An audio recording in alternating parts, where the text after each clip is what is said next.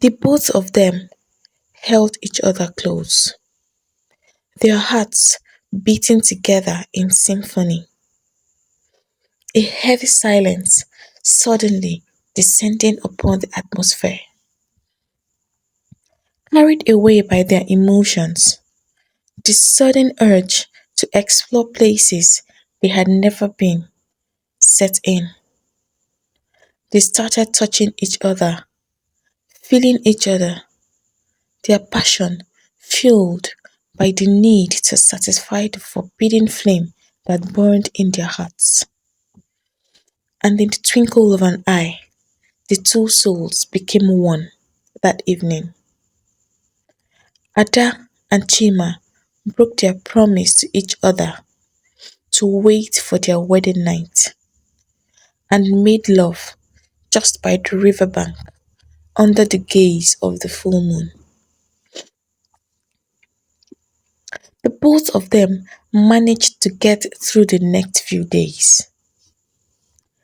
Finally, the D-Day came. Chima was supposed to go to Lagos, from where he would board his flight. Ada joined his family to see him off to the bus park. Their separation was a heartbreaking one for all that watched.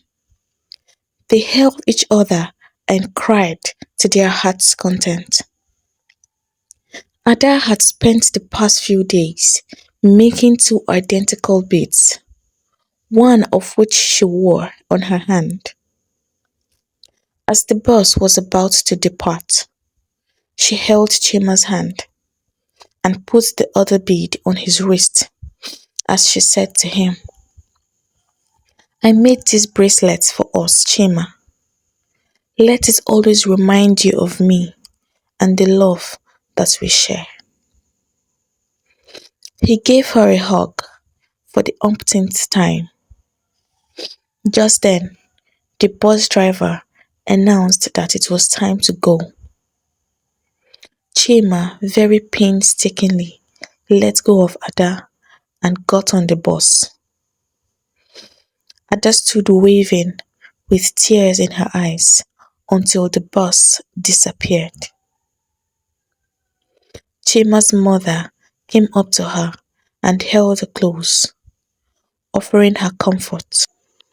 She also had tears in her eyes. She was going to miss her son too. But his departure was for the good of the family and his own good.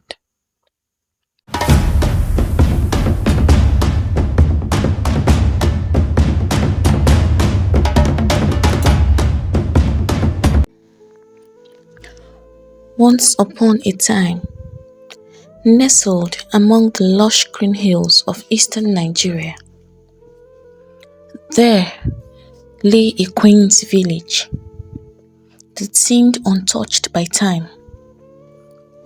In this serene outlet, two souls, Ada and Chima, found each other in a kindred spirit.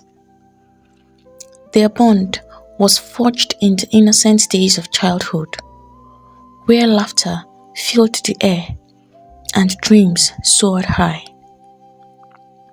From the moment they became seatmates in the village primary school, their friendship blossomed like the flamboyant flowers that adorned their land. They shared everything, from school hours filled with learning to afternoons spent diligently doing homework under the shade of an ancient baobab tree. The villagers often remarked on the inseparable pair, saying that if you were looking for one, you would surely find the other. As they transitioned to secondary school, their aspirations grew. They dreamt of leaving their village to study in the university, with hopes of becoming doctors.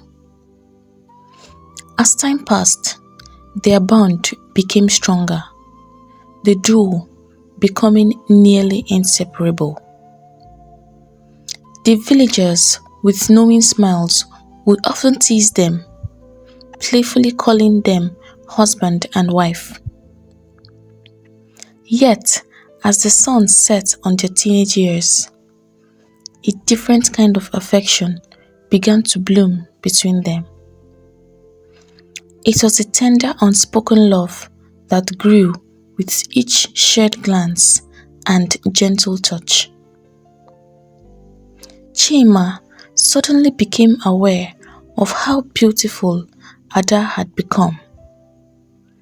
He became aware of the physical changes that had taken place since childhood. He started to see Ada differently and would become jealous when he saw a boy talking to her.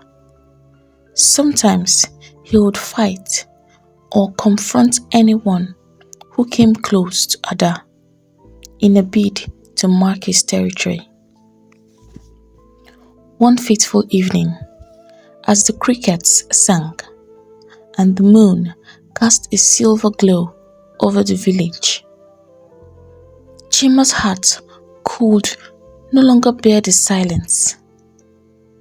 With a courage born of true love, he confessed his feelings to Ada, his voice trembling like the leaves in the gentle night breeze.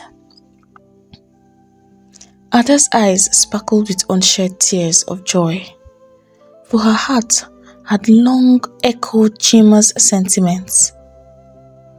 But she had feared that revealing her feelings may fray the fragile fabric of their friendship if he turned her down. So, she kept her feelings to herself, hoping that one day he would see it. As the days went by, Ada and Chima's love blossomed. It became obvious to everyone who knew them that their relationship had grown into a romantic relationship, because they were now often seen holding hands in public, and the way they looked at each other would make even a blind man see that they were totally in love with each other. At this time, they were 16 years old and still considered children. Nwaidi, Ada's mother, became worried. She knew that the two teenagers were practically inseparable, and forcefully interfering in their relationship could lead her daughter to rebel and drift away from her. So she decided to talk to them, and perhaps they would listen.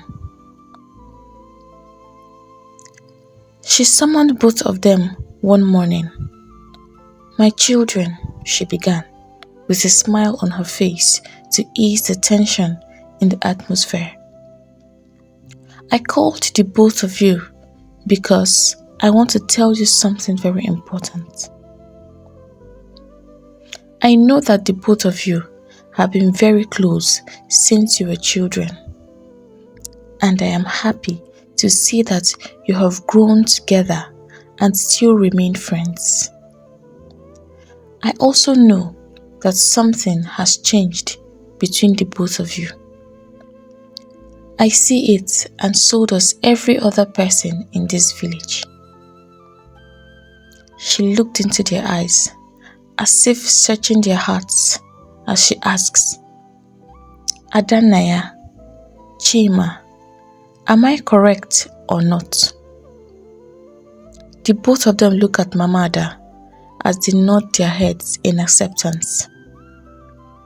Nwaidi, happy that the children are able to open up to her, talks to them about the implications of the journey they are about to begin. She warns them to not lose sight of their vision to leave the village for the university. The children were happy with their meeting with Mama Ada and promised her to not disappoint her. After that meeting, Ada and Chima started making plans to further their education.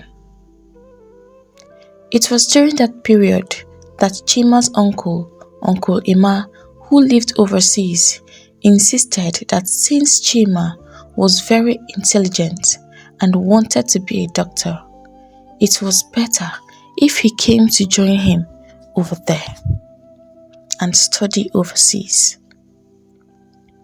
The news did not go well with Chima. He had no plans of traveling overseas. He wanted to study in the university at home. He did not want to be separated from his Ada. When his parents heard this, they were furious. More furious because they knew that the only reason Chima was refusing to go was because of Ada. Chima remained defiant. He insisted that he was not going to go overseas. His mother, in anger, threatened to disown him if he threw away the opportunity to travel overseas and make the family proud. Chima was devastated. He cried for days. He loved Ada very much. They had been together since they were very little. He could not imagine life without her. He knew he was going to be unhappy without her, but he also knew that he could not go against his parents. He summoned courage one evening after the day's work and went to Ada's house. Immediately Ada saw Chima, she knew that something was wrong. She had never seen him so sad. In fact, he was never sad. He was always lively and fun to be with. She looked at him, her face edged with concern. "What is the matter?" she asked. Chima looked at her, his eyes red from days of shedding tears. He asked her to sit, and she obeyed him.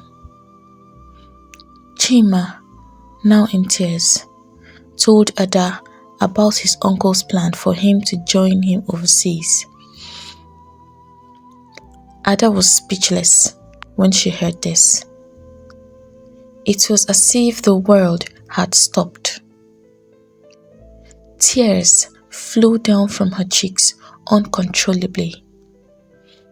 She went down on her knees, begging Chima not to leave her.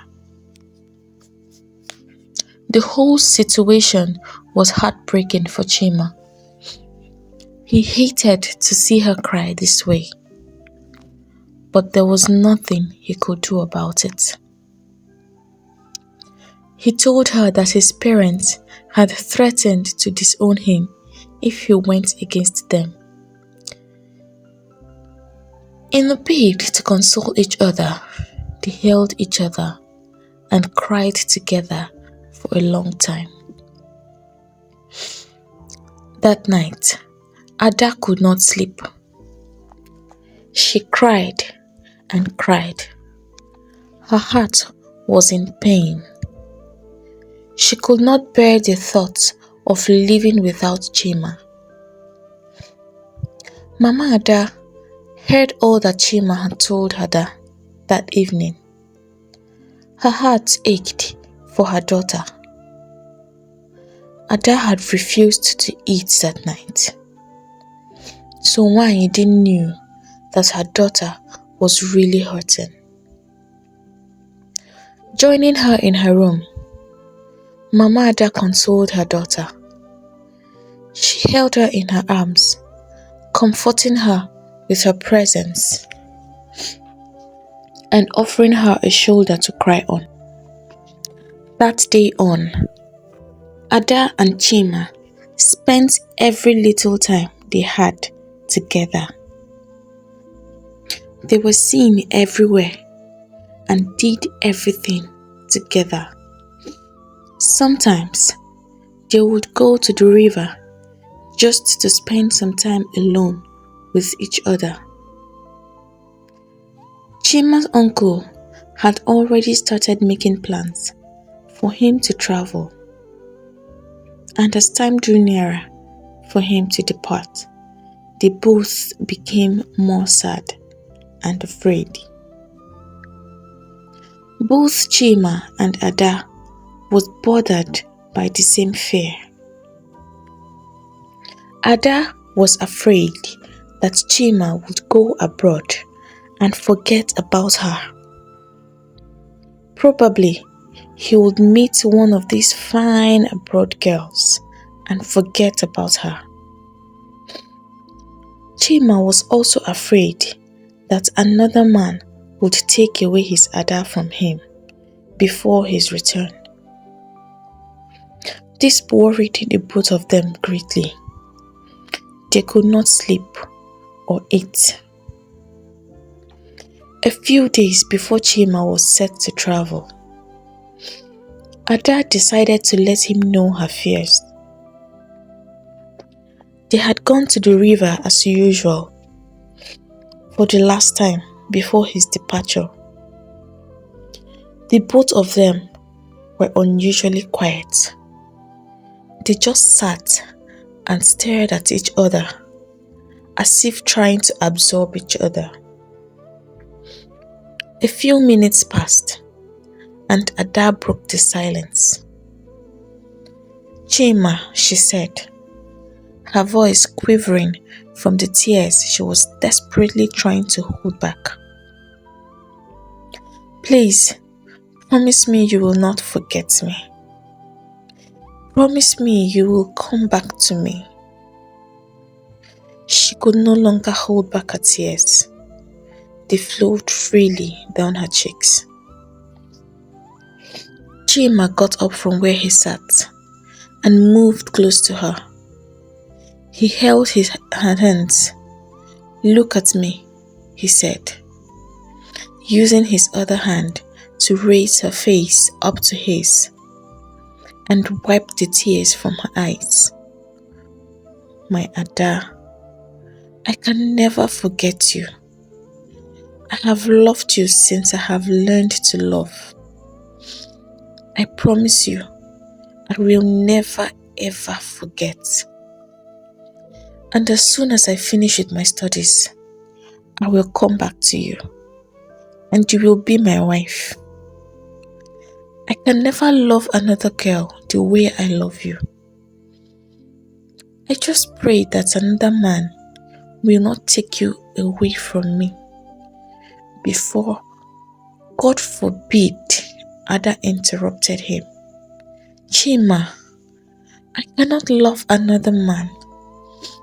You are and will always be the love of my life." "I love you very much, Chima."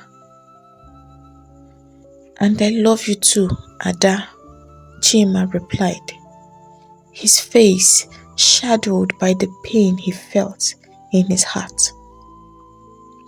Still holding her hands, he assured her that he would get in touch with her as soon as he got there and got a phone.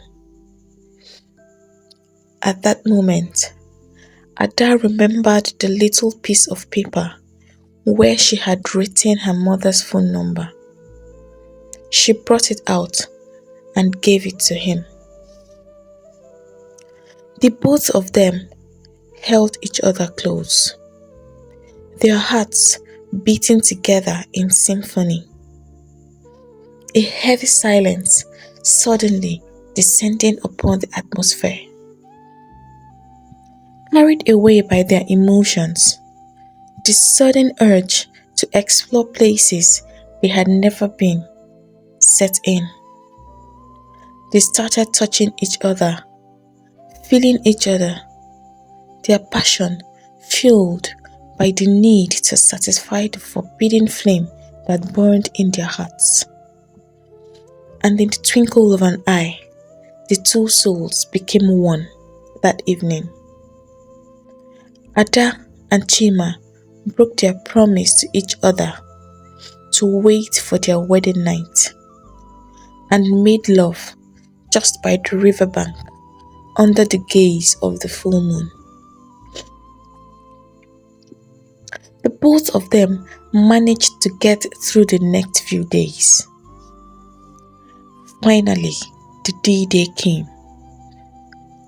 Chima was supposed to go to Lagos, from where he would board his flight. Ada joined his family to see him off to the bus park. Their separation was a heartbreaking one for all that watched.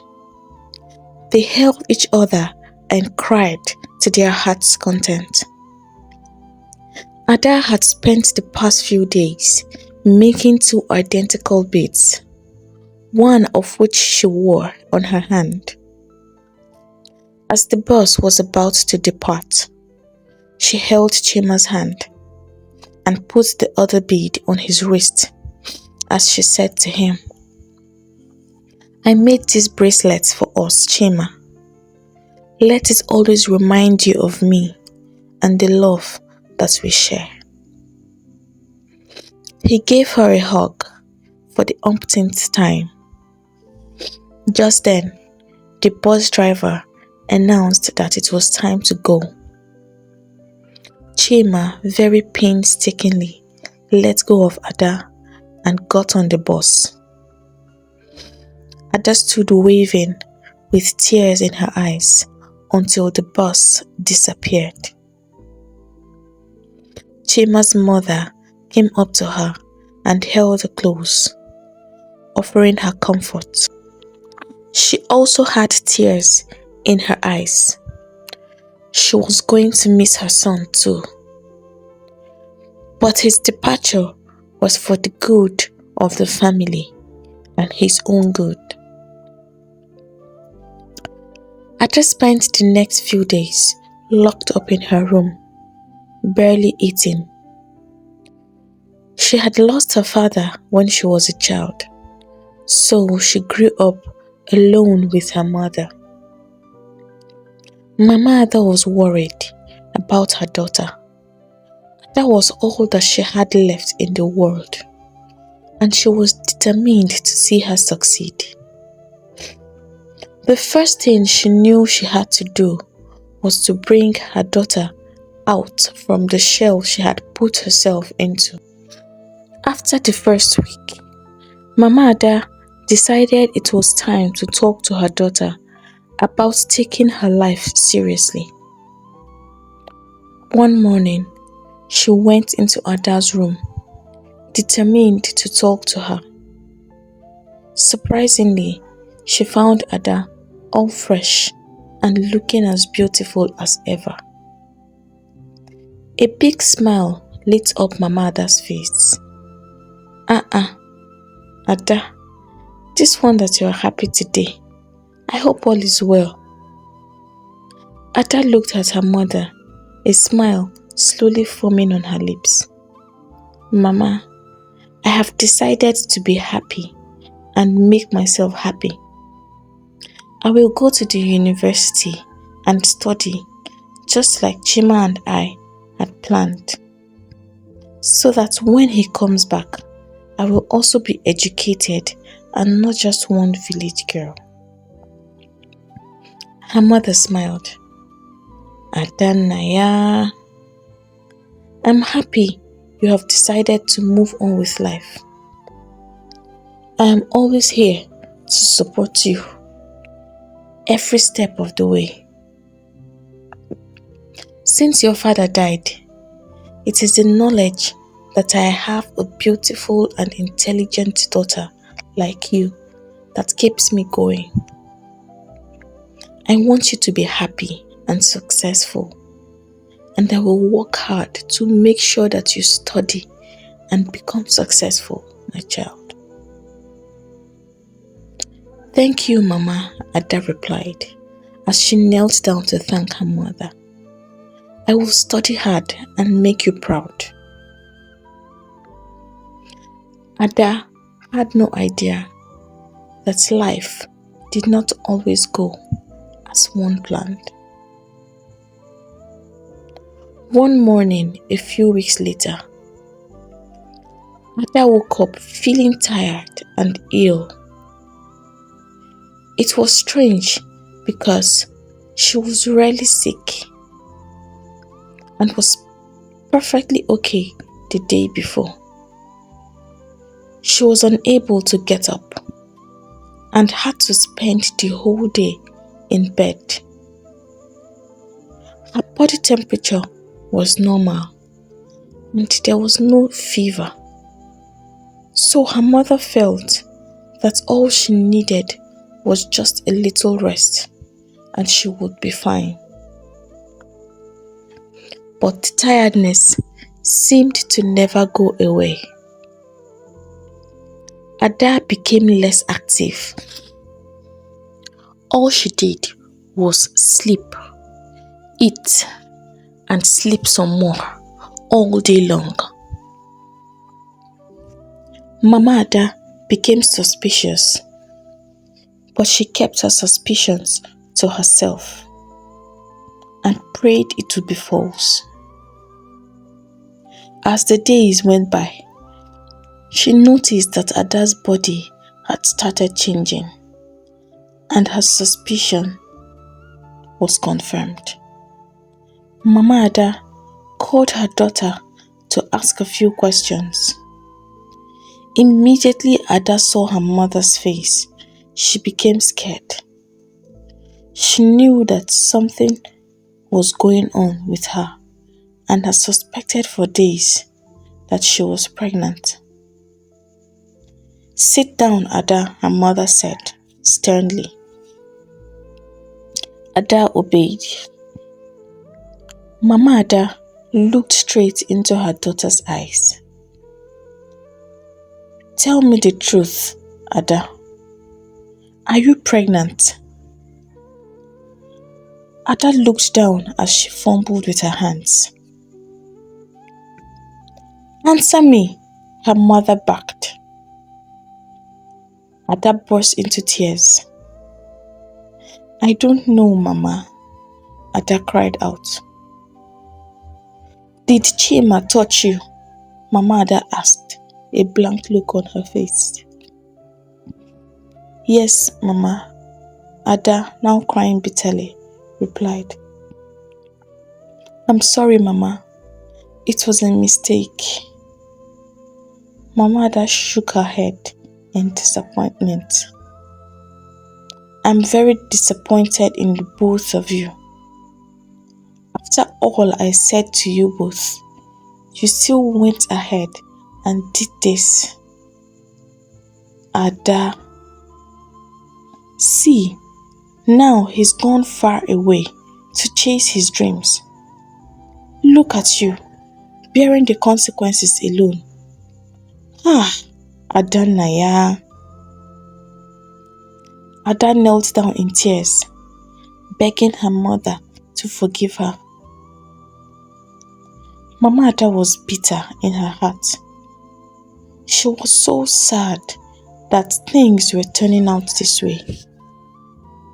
More sad because the one responsible for the pregnancy was thousands and thousands of miles away. That night, Mama Ada could not sleep.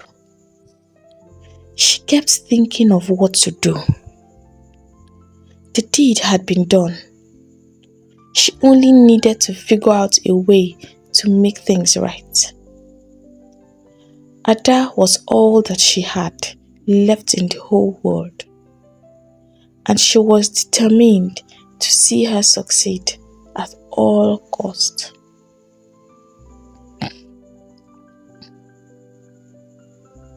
She decided that she would take Ada to Chima's parents and let them know what was going on, and maybe they could decide on the next line of action. The next day, Ada and her mother set out to visit Chima's parents. When they got there, they were received warmly. But as soon as Mama Ada told them their reason for coming, Mama Chima became furious. She accused Ada of sleeping with different boys and only wanted to pin it on her son and destroy his life. Mama Ada was surprised at her outburst. Everyone in the village knew that Ada and Chima were always together. This angered Mama Ada, and she just quietly took her daughter by the hand and left for their house. Ada was so sad that Chima's mother would speak to her and her mother in such a demeaning manner. She was sad that she had disappointed her mother, and more sad because she had no idea how she would be able to achieve her dreams. However, she had hope that Chima would call her soon so that she would personally tell him about the pregnancy. Days turned into weeks, and weeks turned into months, and she had not heard from Chima. Her pregnancy had become obvious, and the whole village was talking about her. Each time she went out, people looked at her with pity. This further made Ada sad. After 4 months of waiting, Ada went back to Chima's parents' house. This time, they told her that they always talked with Chima on the phone, so they had no idea why Chima had not called her, and that Chima swore to them that he had never touched her before. Therefore, he couldn't have been responsible for the pregnancy. Ada was heartbroken. She couldn't believe that Chima, in such a short period of time, had totally forgotten her and moved on. She wanted to believe that it was not true and decided to wait and give him a little more time. 3 months again went by, and she still had not heard from Chima. Again, Ada wept bitterly. She had trusted Chima so much, and see how he betrayed their love. Ada cried so hard that even her mother could not console her. In her grief, she swore never to trust any man ever again. Chima, on the other hand, had settled down abroad and started school. However, he was not happy. He was heartbroken. If anyone had told him that Ada would forget him so soon, he would not have ever believed. He now realized why people said that women were not to be trusted. He was at least happy that his mother was there to see all that was happening and keep him updated.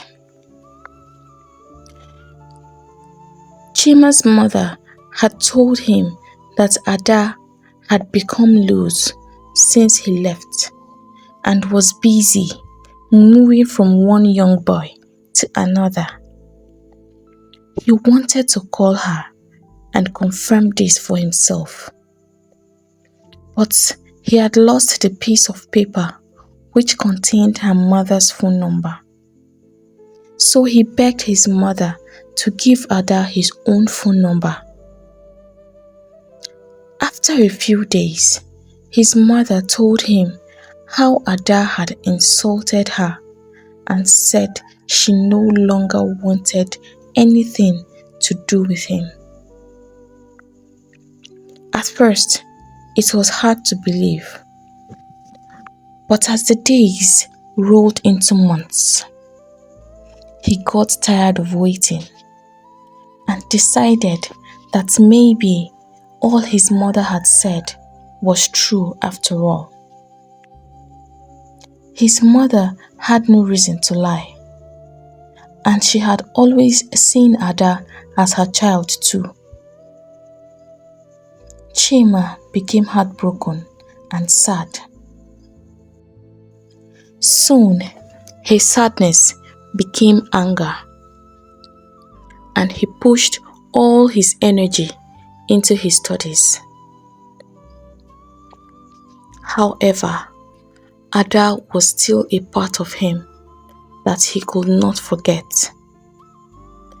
He had removed the bracelet she gave him, but he still carried it in his pocket every time. A few months later, Ada gave birth to a beautiful baby girl. Her mother named her Ifunanya, which simply means love. 6 months after Ifunanya was born, Mama Ada felt it was time for Ada to move on with her life. By this time, Ada was already 18 years old. One morning, Mama Ada called Ada to her room. "Adanaya, sit down. I want to talk to you about something." As Ada sat, her mother held her hands. "My child, these past few months have been tough for the both of us. For you especially. In life, we all at one point make mistakes. But not all of us are able to correct our mistakes or even get past them. You are still young and have a long way to go. I called you here this morning to make you understand that this situation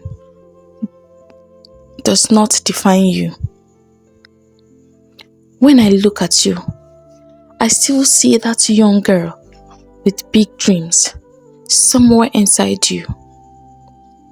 And I want you to achieve all of those big dreams," Mama Ada concluded. Ada looked at her mother, her eyes shining with unshed tears. "But how, Mama? I already have a baby. How am I going to achieve those dreams with a baby? Maybe I should just look for a job so that I can support you and raise my child." Mama Ada sighed. "My child, you are a wise girl, and I believe you have learned from your mistakes. That is why I have decided that you will go back to school and study. I will take care of Ifunanya until you graduate and stand on your own.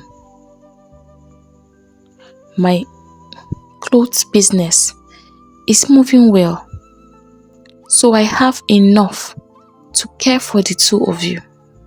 Do you understand?"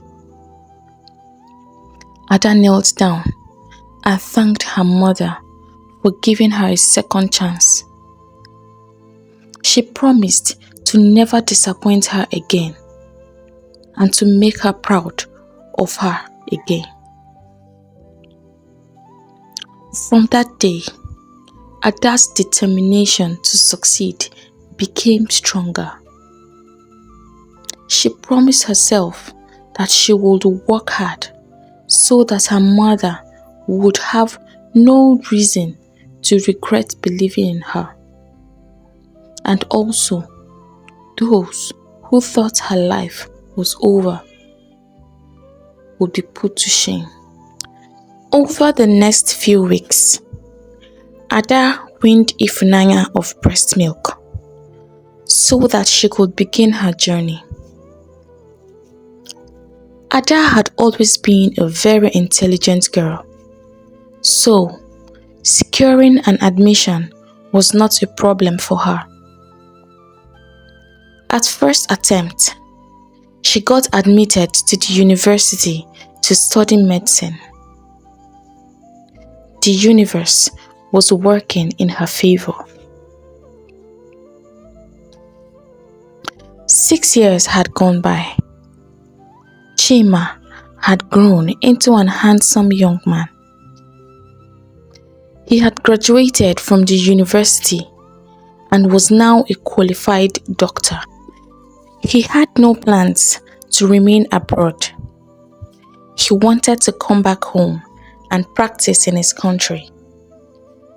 He wanted to use what he had learned abroad to help his people in his home country. So Chima came back home with an outstanding result.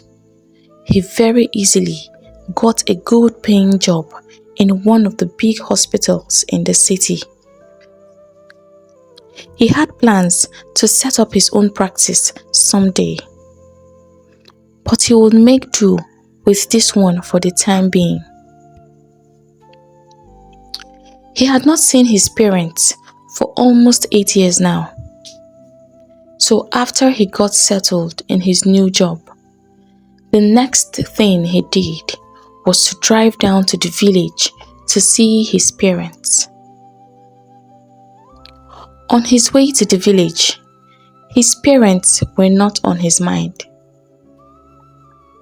There was only one person he could think about: Ada.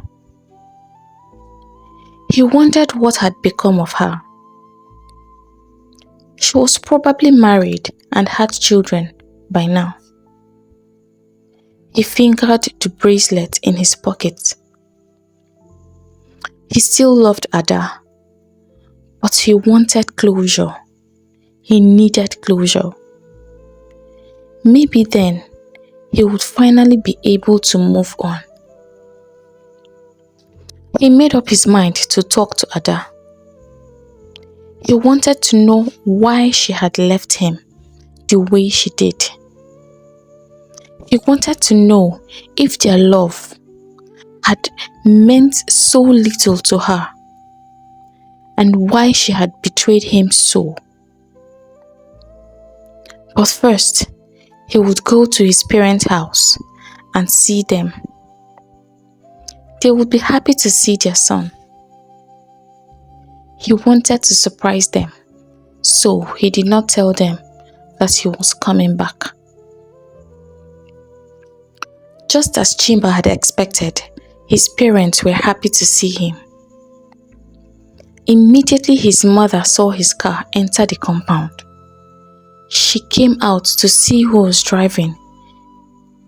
When she saw her son, she shouted and started dancing. She started calling the whole village, telling everyone that her son was back. It was a happy reunion for the family. News spread like wildfire, and soon the whole village had heard that Chima was back. Coincidentally, Ada was home for a few days to see her mother and daughter. She was in her final year in the university, but the school was currently on break, so she came home to spend time and help her mother until the holiday was over. That evening, She had gone to the market where her mother sold cloth fabrics. Not after long, she started hearing the latest news flying around the village. Chima was back. Her heart skipped a beat. Old wounds suddenly becoming raw. Her mother, sensing that her daughter was not taking it well, quickly packed up, locked her store, and took her daughter home. Ada was still speechless when they got home. She realized that she was still hurting, but she was angry. She needed to vent. So she left the house and went to the river. She sat on the same spot where they had made promises to each other and cried to her heart's content. She hated Chima right now. So why is her heart in so much pain as she could not breathe? It was already late. Nobody came to fetch water by that time of the evening. So she had the amount of privacy she needed to pour out her emotions. After Chima had seen his parents, he freshened up and decided to go straight to Mama Ada's house.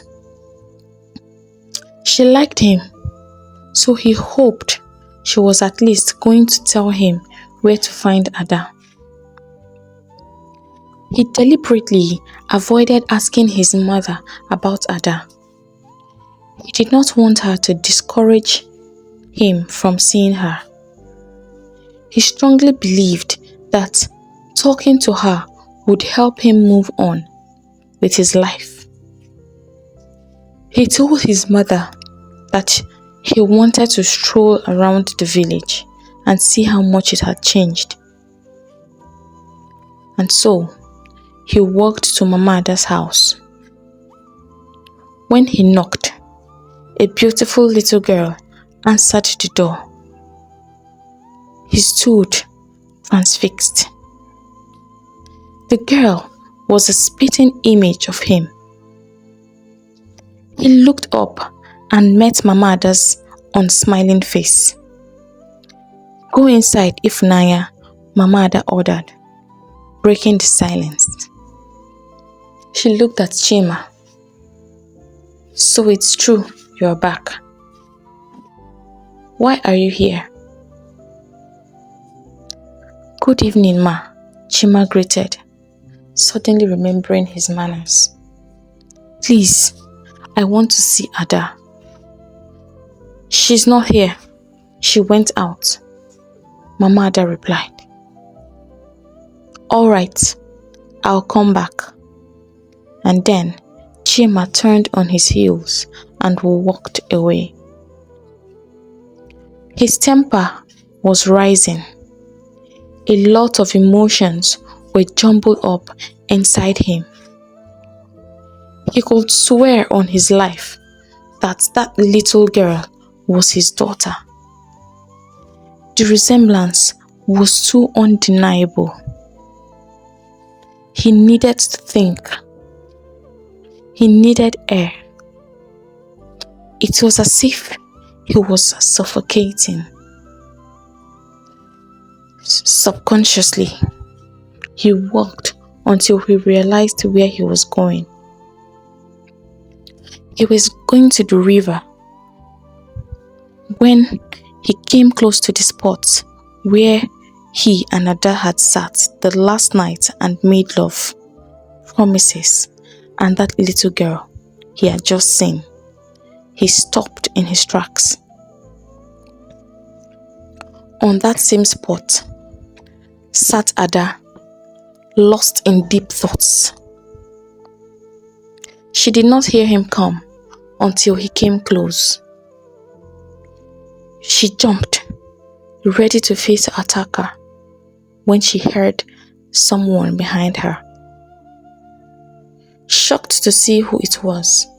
She quickly tried to regain her composure. He was all grown now and more handsome than she remembered. They stood for what felt like eternity, staring at each other. Chima looked at Ada, old feelings rushing back. She was still as beautiful as ever, even more beautiful. He could still see that Ada loved him. If not, why was she here? He felt that something was not right about this whole thing. The pieces were not fitting. "How are you, Ada?" He broke the silence. She looked at him, anger flashing in her eyes. "What do you want, Chima?" "I went to your house to look for you," Chima replied. "But your mother said you were not home. So I came here to clear my head." He looked at her, trying to gauge her reaction. Her face was blank. "Why are you looking for me?" she asked, her voice cold. "There are a few things I want to know," Chima replied. "First of all, I want to know why you broke all our promises. Promises you made to me on this very ground. I want to know if what we had was even real. And finally, I want to know why you kept my daughter away from me." His last words shocked her. She looked up at him, the anger evaporating from her eyes. Something was not right, she realized. "Chima, you were the one that left me. I never broke any promise. It was you who left me pregnant and denied me." Chima's head was spinning. "I never knew you were pregnant," he retorted angrily. "What is going on, Ada? Nothing makes sense right now." Ada, suddenly realizing what had happened, became breathless. Her legs could no longer carry her. She sat on the rock where they usually sat, her voice shaking.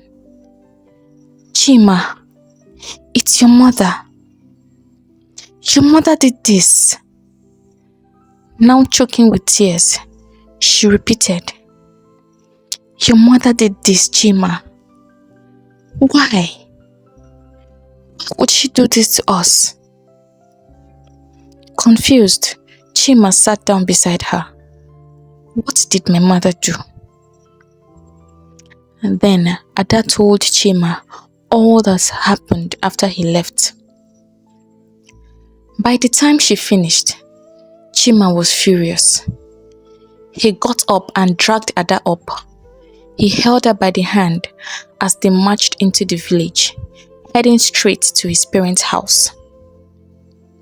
Ada did not protest. She also wanted to know why his mother intentionally destroyed their relationship.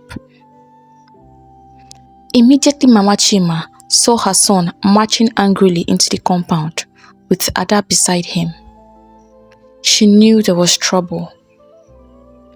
As soon as he came into the house, she knelt down and started begging him to forgive her. Chima was too angry to listen. "Mama, I just want to know why," he asked.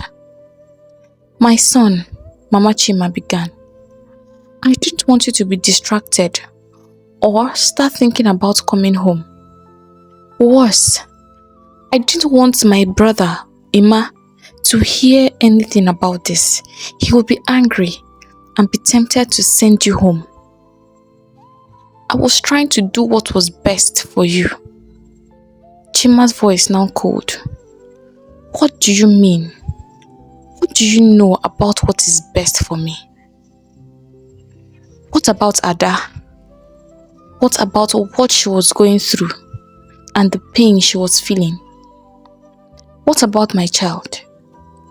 Growing up with the feeling that her father abandoned her. What about my happiness? I was sad and miserable, all because of your selfishness and wickedness. Mama just sat down on the floor, crying. I'm sorry, Ada. Please forgive me. I was selfish and heartless. Please, my child. Ada was shedding tears uncontrollably. It felt like her chest was shrinking. She just wanted to go home and think. So she just walked away, straight home. Chima did not stop her. He also needed to process all that he had learned. It was too much for him. He could not believe that his mother had cooked up all those lies. When Ada got home, she did not talk to anyone. She just went straight to bed. Her mother understood what Ada was going through, so she just let her be. Ada lay in bed, trying to process the events of the evening. She was sad for all the years they spent being angry at each other. She cried until she fell asleep. Very early the next morning, a knock sounded on their door. She got up to open the door. It was Chima. It did not look like he had gotten a good night's sleep. They stood there, staring at each other, not sure what they should do. Chima took the first step and took her in his arms. They stood that way for a long time. The years they had spent hating each other flashing before them. Mommy, are you okay? The small voice behind them caused them to break contact. She smiled as she bent to be on the same level with her daughter. Ifu, she said, remember the other day you asked me about your papa? What did I tell you? The girl looked at her mother and then at Chima. She said he went to school to learn how to treat sick people and he will come back when he finished learning. Exactly, Ada replied. The little girl looked. So this is my papa, Ifunanya asked. Exactly, Ada replied. Chima stepped forward and bent down to his daughter's level. The urge to cry was so strong, but he fought to hold back the tears. She was like a photocopy of him, except she was a girl. Hello, Ifunanya, he said, finding his voice and pasting a big smile on his face. Ifunanya had always wanted a father. All her friends had fathers. She rushed into his arms, hugging him tight. Come and live with us, Papa, she begged. Chima looked up at Ada and back to his daughter. Don't worry, Ifunanya. We will live together very soon. Please, give me a little time to arrange everything and we can all live together. Is it okay? The girl smiled and nodded. All the while, Mama Ada was standing behind the door, watching the scene unfolding before her, tears forming in her eyes. In the early hours of the morning, before the break of dawn, she had gone to check up on Ada.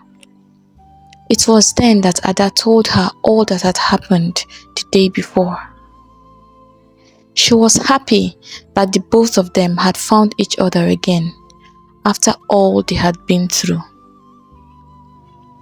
6 months later, Ada graduated from the university. She was now also a qualified doctor. She had all she had dreamed of. She was proud of herself, and she was happier because she knew that her mother was also proud of her. Ada and Chima eventually forgave Mama Chima. They got married in the village and afterwards moved to the city with their daughter. Ada also got a good-paying job in a reputable hospital in the city, and they all lived together happily ever after. If you enjoyed this video, please give this video a thumbs up, drop a comment, and subscribe. Thank you. Bye.